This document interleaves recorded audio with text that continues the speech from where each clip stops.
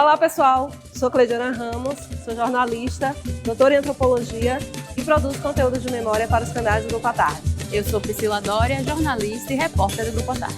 Nós estamos aqui no projeto REC à Tarde e vocês estão percebendo que o REC está numa fase muito especial, porque a gente está mostrando as festas de verão que tomam conta de Salvador como ali uma espécie de pré-aquecimento para o carnaval.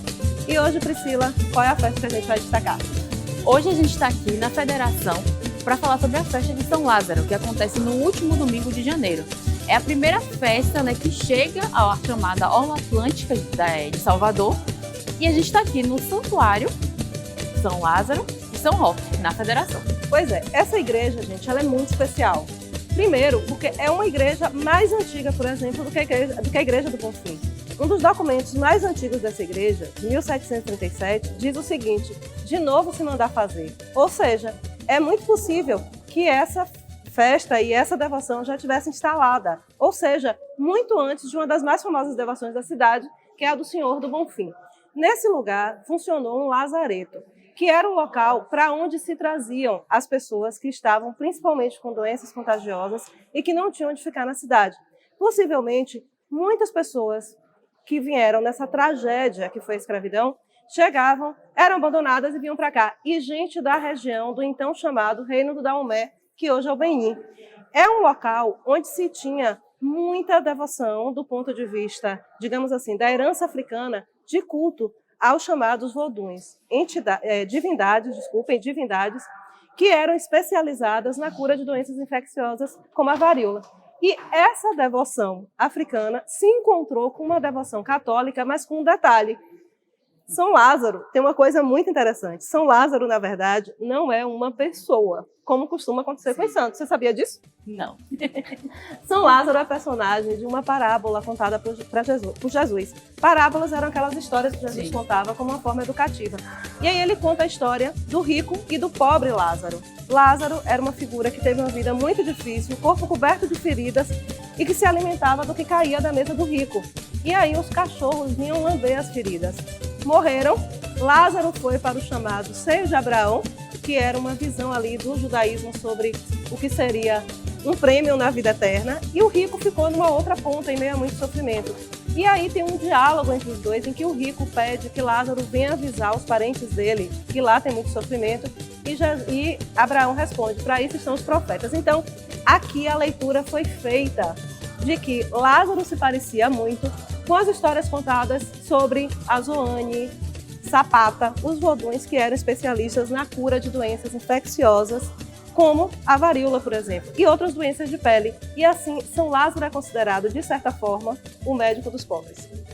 E é tanto por essa história, todo esse histórico dos próprios escravos que chegavam aqui, e essa história contada nessa parábola de Jesus, que aqui na igreja tem uma sala chamada dos ex-votos, onde justamente é uma sala, podemos chamar assim de cura, onde vocês encontram várias imagens, vários pedidos e vários agradecimentos de pessoas atrás da cura de diversas doenças, suas e de seus parentes. Pois é, e aí também a gente vê muito aqui do que é que mais ou menos está atormentando as pessoas. Sim. Nos últimos tempos, por exemplo, tem ficado aqui, às vezes, uns ex-votos que mostram, por exemplo, membros como as pernas.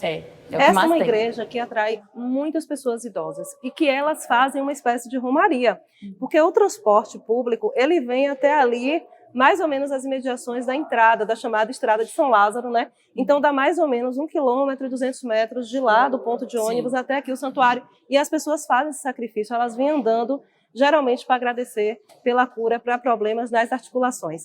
E também essa igreja ela tem uma outra marca muito forte, que é uma relação com as culturas e heranças afro-brasileiras. Por exemplo, aqui fora da igreja, e isso é muito bonito, porque é um indício do respeito entre práticas religiosas diferentes. Acontece ali fora o chamado banho de pipoca. Uma marca dessa igreja também é o encontro entre o catolicismo e as religiões afro-brasileiras, mas isso é muito bem marcado, inclusive espacialmente. Por exemplo, o banho de pipoca, que é uma forma das religiões, consideradas pelas religiões afro-brasileiras como de purificação e de proteção, inclusive contra questões, contra doenças, ele acontece mais lá fora, que é o chamado banho de pipoca, que não é o candomblé, digamos assim, ortodoxo, É um candomblé popular. Então, porque as religiões afro-brasileiras não vão fazer um rito de purificação na rua, né? Mas assim acontece, e isso tem muita eficácia para as pessoas, do ponto de vista da eficácia simbólica da fé. Então as pessoas vêm até aqui como forma de buscar cura para os seus problemas de saúde. Então, assistem à missa, rezam muito aqui para São Lázaro, também para São Roque, que é outra devoção dessa igreja, e aí tomam o banho de pipoca para purificar o corpo, né? E assim também pedir a cura para problemas de saúde. Isso é só, gente, para a gente ver como essas nossas festas são ricas, cheias de elementos marcantes. Não é isso, Priscila? Exatamente. Há um tempo, gente, na festa havia uma lavagem, né, das escadarias da frente da igreja. Hoje essa prática foi se perdendo ao longo dos anos, mas é comum a gente usar branco no dia.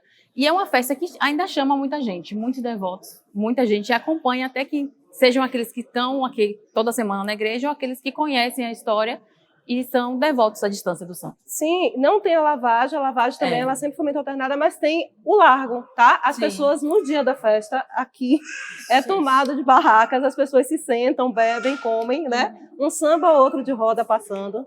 Então, mantém-se alguns desses elementos. Então é isso, gente. Aqui nos canais do Grupo à Tarde, sempre tem informação qualificada.